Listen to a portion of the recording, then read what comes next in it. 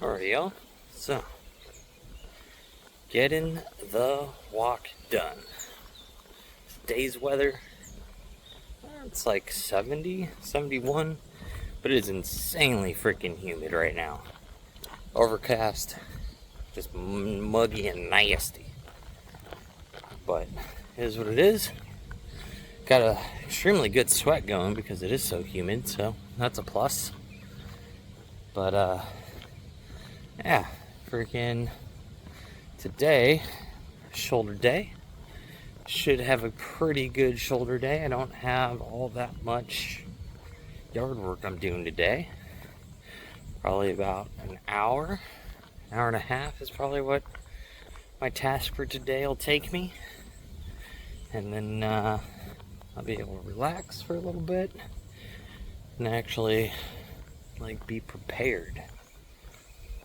Now, yesterday's chest day. Man, my chest is actually super sore today. I haven't been this sore in a few weeks, chest-wise, probably about 3. So, going to that volume block, I was sore for a little bit, but I reached the point of, I don't know if it'd be cardiovascular fatigue or just overall central nervous system fatigue from the higher volume at a pretty moderate weight. Because incline pressing 200 pounds and then flat benching 205 for 5 sets of 8 to 12 is fairly taxing. But yesterday we just kept it simple. Just 1 to 2 reps as we worked up to 265. And we hit that for a single. And then went ahead and just hit a few sets to failure at 135. So half of what our top set was. 135 felt easy and light for the first 2 sets, really. Silly light to where it feels like you just kind of throw it in comparison. But towards the end, after you get that big pump going and your chest is full of blood, 135 is still pretty heavy. So it wasn't that I couldn't do a large amount of reps still. It just, the pump and the fatigue at that point is what you're fighting. It's more of a mental battle than a strength battle. So with that, it worked out really well.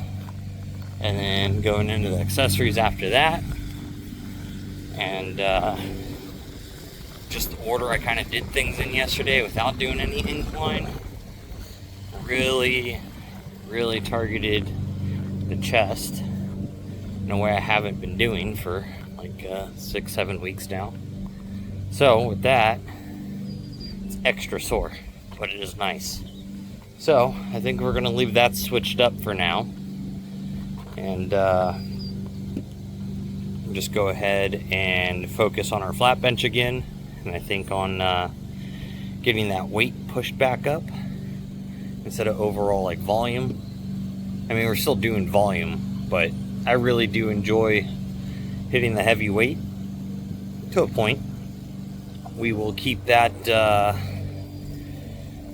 within reason. We're not trying to set any records. Maybe we'll shoot for getting back up to a 315 bench again, but I'm thinking that's more of a wintertime move. So we're probably going to look to getting up to first we'll try to go to 3 singles at 265, 285, somewhere in there. And then we'll try to go for 3 doubles and then 3x3s at 265, with moving up our burnout sets afterwards. So we'll try to go from 135 and get those up to 155, 185 for 3 to 5 sets of fucking failure. And that'll really tear up our chest if we're training like that. So I prefer that style of training where you're pyramiding up in weight, and you're dropping your sets. And then once you hit a peak, you go to 50 to 65% of that, and then you just hit it for 3 to 5 sets to failure. And man, it will tear you up. May not be, say, the most effective, but you are going to get a lot stronger, and you are going to put on quite a bit of size. So, is it the most strength? No. Is it the most size? No. But it definitely works into a happy medium of the two. So, but anyways, I'm walking back and forth in the driveway now because I'm already finished up. And I will go ahead and see y'all in the gym for shoulders.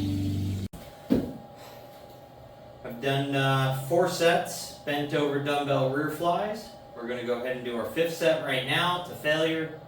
It's probably going to be somewhere around, I'm going to guess like 12 or 13 reps is what we're going to fail at. The first 4 sets here was 12, 12, 10, 10, leaving a couple reps in reserve on that 3rd and 4th set, since we're going to go to fail on the last set.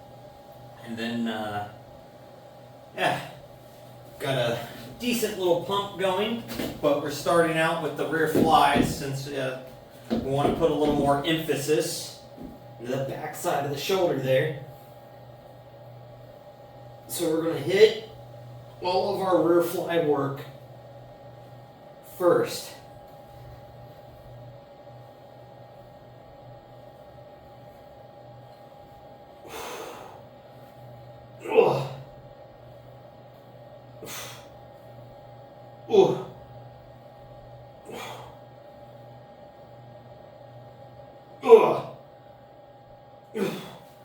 Alright, that's all I got.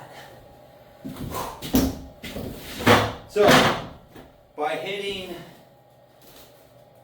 all of the rear fly work first, we're going to be able to put all of our energy into doing that. So since I went ahead and did dumbbell rear flies, we're going to move into doing face pull second. Really push a lot of blood into that. Then we're going to go into doing cable rear flies. And then we'll go ahead and go into front delts, lateral delts, and we'll probably do some overhead press after the first set of front and side delts. Then we'll hit overhead press like normal. Then we'll go ahead and do another front and side delt and shrugs to finish off back with good old trap work. So, I'll be back in a moment after I get things switched over for face pulls. 12 to 15 reps. We're just going to work our way up the stack. So,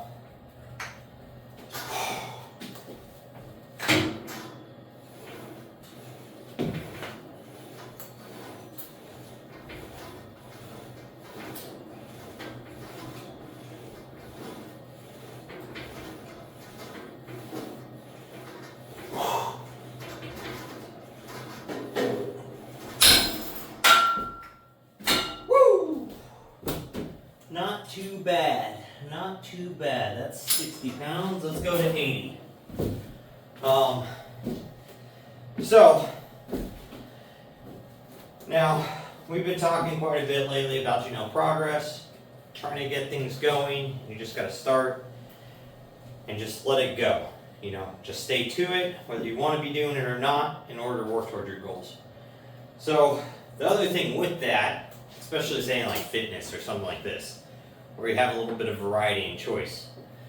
Yeah, it's good to follow a structured workout plan, but every few weeks, you get bored of that. So it's okay to swap out or change the order into which you're doing those exercises in. As long as you're still targeting that muscle group effectively, it's for the average person in general fitness, and even getting into like intermediate and some advanced portions of fitness, as long as there's progress happening as per like weights going up on the exercises that you are performing, or you're seeing physical changes within your body, it doesn't matter which movement you're using for them. Now, if you're trying to compete in like bodybuilding or something, some movements matter more than others, and focusing on certain muscle groups matter more than others. Now, I mean, granted, every muscle group in bodybuilding matters, but if you are genetically gifted for a certain muscle group,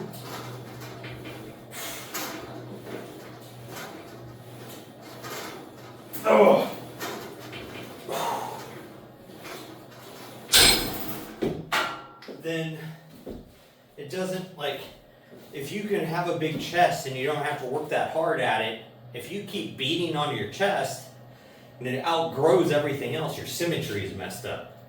You can't have a big giant chest but then have little arms.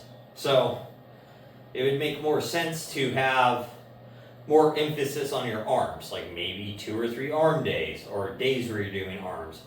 1 day of chest, or on your chest day, maybe you're doing 1 or 2 chest exercises, and then you're going to do arms on the rest of that day, or calves, or whatever, in order to bring up your lagging muscle group inside of like bodybuilding. But none of that matters if you've never started and if that isn't your goals. So the biggest way to reach your goals, in my opinion, is you got to make sure you're keeping it fresh. And if you're changing up your exercises every 5 to 6, 8 weeks, like basically let's say 6 to 8 weeks.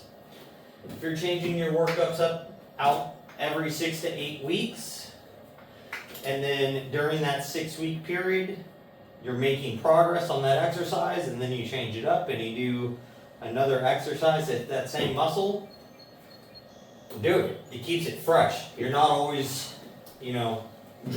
having to go and do a specific exercise that way.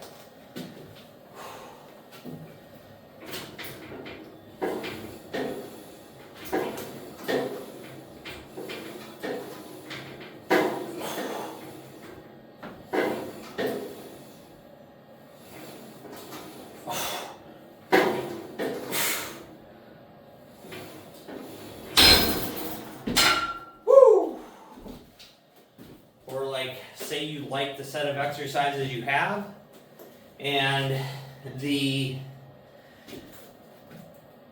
but your rep and set volumes, you're tired of them. 5 by 10 to 15. Well, instead of doing that, let's do maybe 6 by 8s, or let's do 5 by 5s, but we're going to jump the weight up, another 20% or something. So that's another way to change it up and make it feel fresh without having to actually change your workout routine or schedule. So you can just change your sets and volume within it. So there's some things you just kind of can't replace. You're always going to need some sort of chest press movement. You're always going to need some sort of squat movement, some sort of deadlift movement, some sort of row movement, some sort of lat pull down movement. But that movement itself can be anything, just as long as it follows that mechanical path.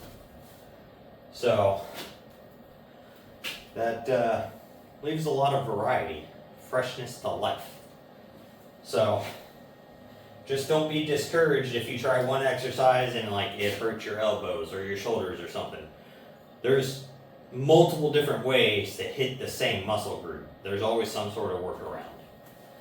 So that's one thing to keep in mind for a lot of things. Like if you're trying to sell something, there's not one way to sell something. You can sell something multiple different ways, even if it's the same exact thing. Say a car, for instance. Say you're trying to sell, a truck to someone. One person might need it because they need a tow. This fits it. Someone might need it because they need to move stuff. There you go. That still fits it. Someone might think they just look cool. That fits it now. Somebody might be like, oh, well, I've got a 2-seater, but now, I need to fit 5 or 6 people in a vehicle. Truck still fits that. They want 4 big doors and a bunch of leg room. Truck fits that. So, you know, there's many different things to achieve the same effect. So that's the, you know, kind of like my takeaway today on making progress and stuff, is you're not always structured and held into one path. So don't be afraid to make your own path and achieve your goal in a way that you think you need to achieve it. So, but I'm going to go ahead and do one more set of these, and I'm going to hit that to failure. I'm actually going to probably drop the weight back to 80 pounds instead of 100, and I'll hit those to failure, and then we'll go ahead and we'll move on to the next movement. So, I've gone ahead and hit my first 4 sets, cable rear flies. I'm going to go ahead and hit this as my last set here. We're going to take them to failure, and guessing for these probably somewhere around 15 to 20 reps we're going to be failing at. So let's go ahead and get these things knocked out.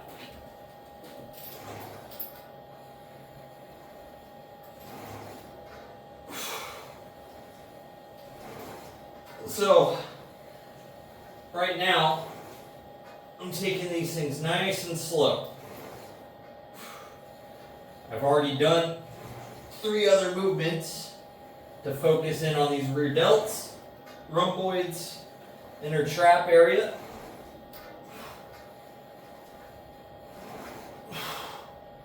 So I've got the weight brought down, and I want to work under just extremes amount of time under tension, controlling the contraction and the eccentric.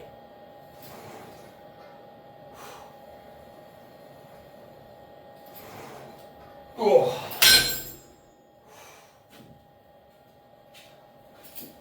By doing that, we're getting a real good squeeze.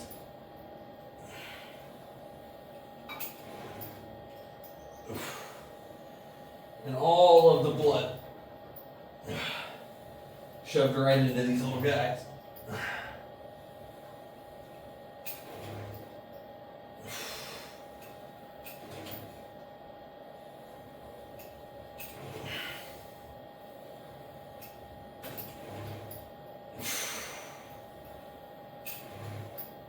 Oh.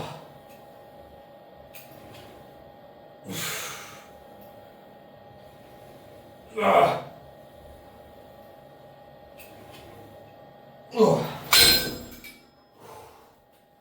You're on fire. All right. So with that, now we're going to go ahead and move into front delts. So we're going to do cable front raises, and then we'll go ahead and go into leaning cable lat raises, and then overhead press, well, military press. And then we'll be back. Well, I'll be back for each movement here. All right, so we've gone ahead and warmed up at 20 pounds, 30 pounds. This is now 40 pounds. And we're going to go ahead and just hit this set for as many reps as we can. And we'll see what the front delts would like to do today. I did do quite a bit of digging, so the front delts are definitely quite a bit more fatigued than the rest of my shoulders feel like. So they're going to be the weak ones today.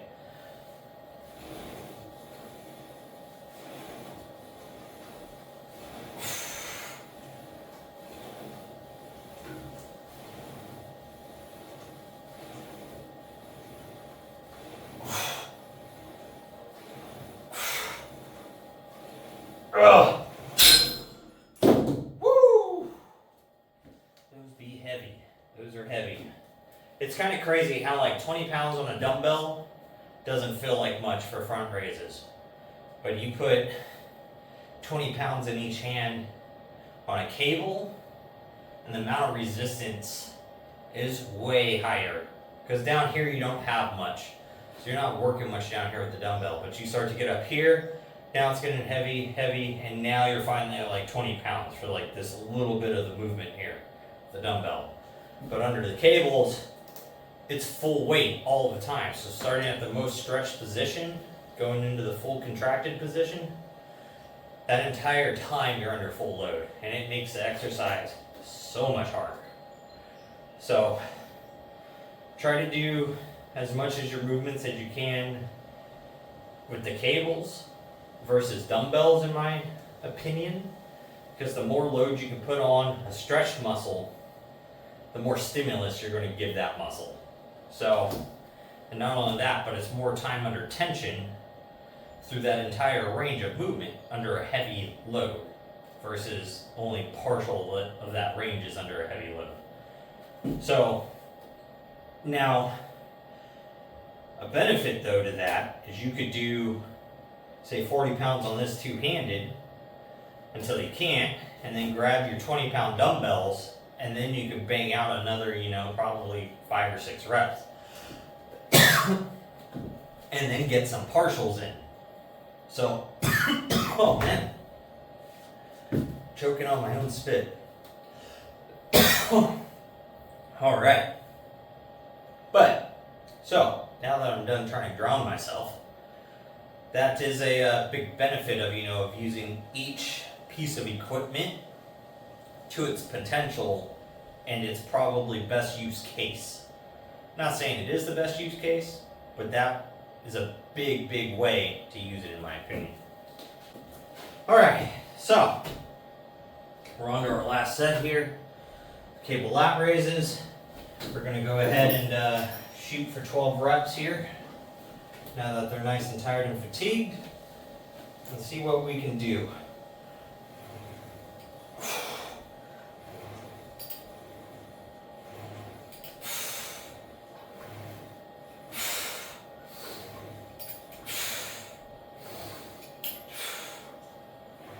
Ugh.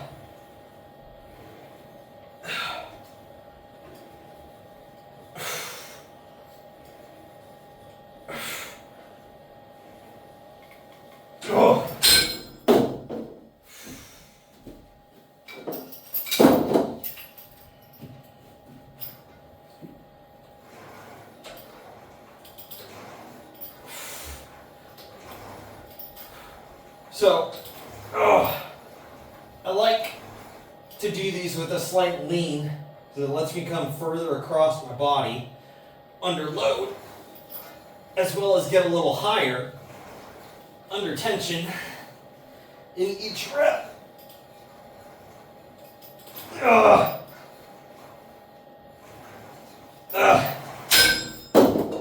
So you kind of get to increase that range of motion. Because if you're just standing straight up, you're going to get to like here, and then the load's kind of just going to pivot in the shoulder joint. But if you're leaned over and you're up here, that whole time the weight's pulling you down.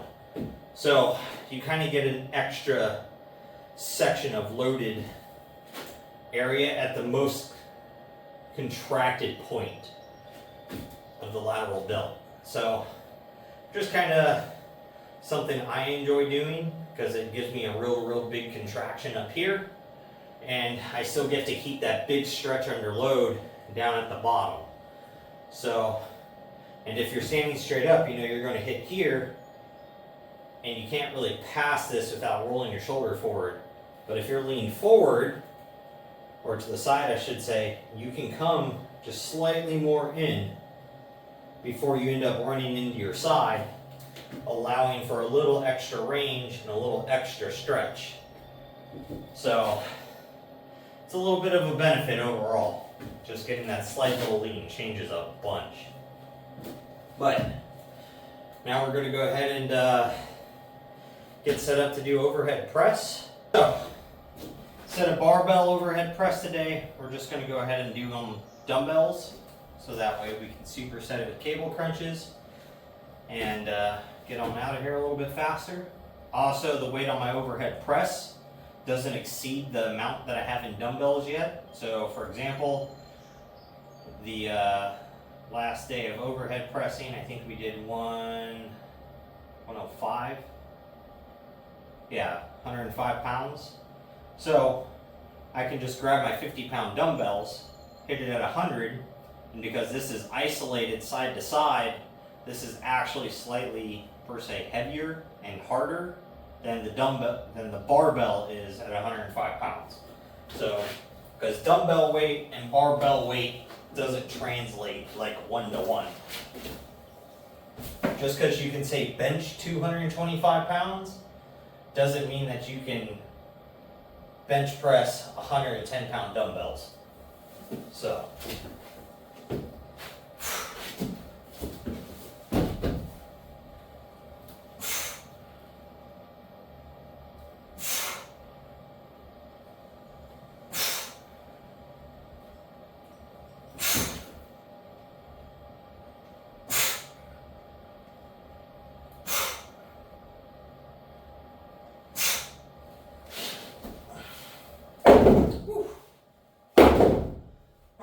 cable crunches.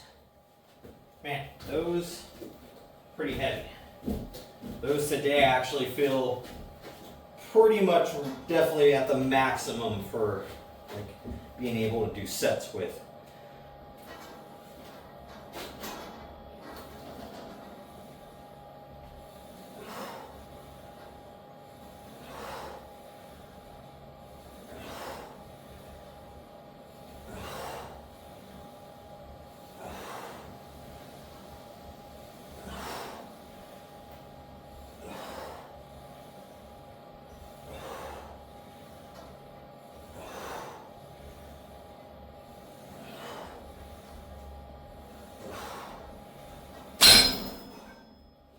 Alright, so with that, I'm going to go ahead and do my last few sets off camera, get this buttoned up, get on out of here, and go do my evening cardio. I think tonight I might actually get to go ride my bike to the beach, and because after 2.5 months, I was finally able to get the company to send me my charger, because their charger broke, and I haven't been able to charge this freaking bike for a while.